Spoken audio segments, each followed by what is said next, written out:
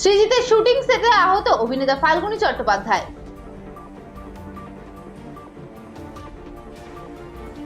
শপথ নেওয়ার পর সমাজ মাধ্যমে মোদীকে শুভেচ্ছা পাক প্রধানমন্ত্রীর।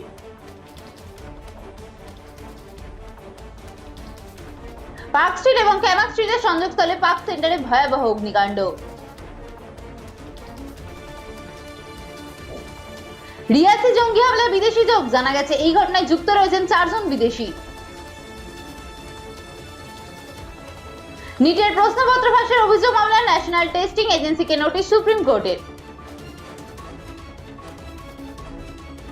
মসনদে বসার পরই রাজ্যগুলিকে করের অতিরিক্ত কিস্তির টাকা দিল এনডিএ সরকার। মধ্যপ্রদেশের ধারে ভয়াবহ অগ্নিকাণ্ড, দাহ্য বস্তু মজুত থাকায় দ্রুত ছড়িয়ে পড়ে আগুন। মন্ত্রক পাওয়ার পর একে একে নিজেদের দপ্তরে গিয়ে দায়িত্ব নিলেন কেন্দ্রীয় মন্ত্রীরা।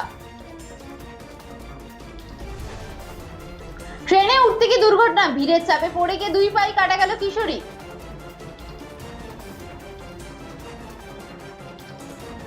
মোদীকে বাংলাদেশে আমন্ত্রণ প্রধানমন্ত্রী শেখ হাসিনার।